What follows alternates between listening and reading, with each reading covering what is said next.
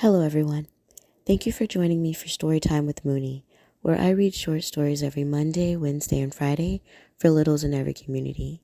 You can follow me on Instagram at Moonie the Space Kitty or Moonie the Space Kitty SFW. The only difference between the profiles are the tags that I use. Through the profiles, you'll have access to the items I sell in my little shop. Now grab your stuffy and get real comfy. Tonight's story is The Flying Trunk. Once there was a merchant so rich he could have paved a street with silver, but instead he chose to leave all his money to his idle son.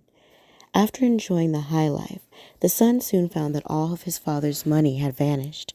His friends disappeared too, but one sent him an old trunk with a note saying, "Pick up and be off." The merchant's son was amazed to discover that the trunk could fly, so he climbed in, closed the lid, and flew high into the sky, leaving his troubles behind. At last the trunk descended, and he found himself in a foreign land. Hiding the trunk in a forest, he walked into town. "Who lives in that palace?" he asked the stranger, pointing up the hill. "The king's daughter," came the reply. "It has been prophesied that a man will make her unhappy, so no one is allowed to visit, except the king and queen." Hearing this, the merchant's son had an idea. That evening, he flew up to the palace roof and into the princess's room.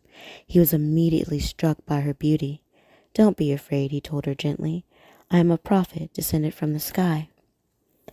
The lonely princess was excited to have company. She was entranced by the stranger's tales of mermaids in dark blue seas and princesses on magical snow-clad mountains. She believed this prophet had been sent just for her and readily agreed to his proposal. "But first you must come here on Saturday," she told him. "The king and queen will be pleased to hear I am to marry a prophet." And then she gave him some advice. "They are exceedingly fond of stories. My mother likes them to be moral, and my father likes them to be merry. I shall bring a tale as my bridal present," he replied confidently. And before he flew away, the princess gave him a gift of a saber studded with gold. "I shall exchange this for more fine clothes," he thought, as he waved to his princess farewell. Saturday soon arrived, and the princess proudly introduced her prophet to the king and queen, who invited him to tell them a story. "There was once a bundle of matches," he began. "They lay on a mantelpiece between a tinderbox and an old iron saucepan. They often talked about their youth." The king and queen smiled with approval.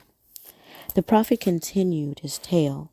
"The matches were proud that they were once branches on a fir tree that towered over all other trees. They boasted how the trunk of the tree became a mainmast of a magnificent ship that sailed around the world, and they told how the birds would relate stories of far-off lands they had visited, which is why the matches felt they were above living in the kitchen." The queen, who loved a moral tale, applauded when she heard this. "But where is the merriment?" asked the king. "Soon," replied the prophet, continuing. "My story is very simple," said the iron saucepan. "I have been rubbed and scrubbed and boiled over and over again. We lead a quiet life here, but the newcomer, the turf basket, tells such horrible tales that the old glass jar fell down and shook in shock and shattered into 1,000 pieces." The king laughed out loud. "When the jug told her story," continued the prophet, "the plates all clattered applause, and the fire tongs began to dance. The kettle was asked to sing, but she had a cold, and so she could only sing when she was boiling. Before everyone could tell their tale, the maid came in to light the fire and struck one of the matches. How it blazed up! 'Now,' thought the other matches, 'everyone can see we are the highest rank as we bring a dazzling light.'" The king and queen applauded loudly. "You shall marry our daughter on Monday," the king declared. The night before the wedding, the whole city was illuminated, and cakes and buns and sugar plums were thrown to the people in the street. "I should play my part," thought the merchant's son, so he bought some fireworks and let them off one by one as he flew into the air in his trunk. The crowd jumped and roared with delight as rockets and fountains of light filled the sky in honor of their princess marrying a prophet. Later, the merchant's son set off into the city. I saw the prophet, one of the crowd told him.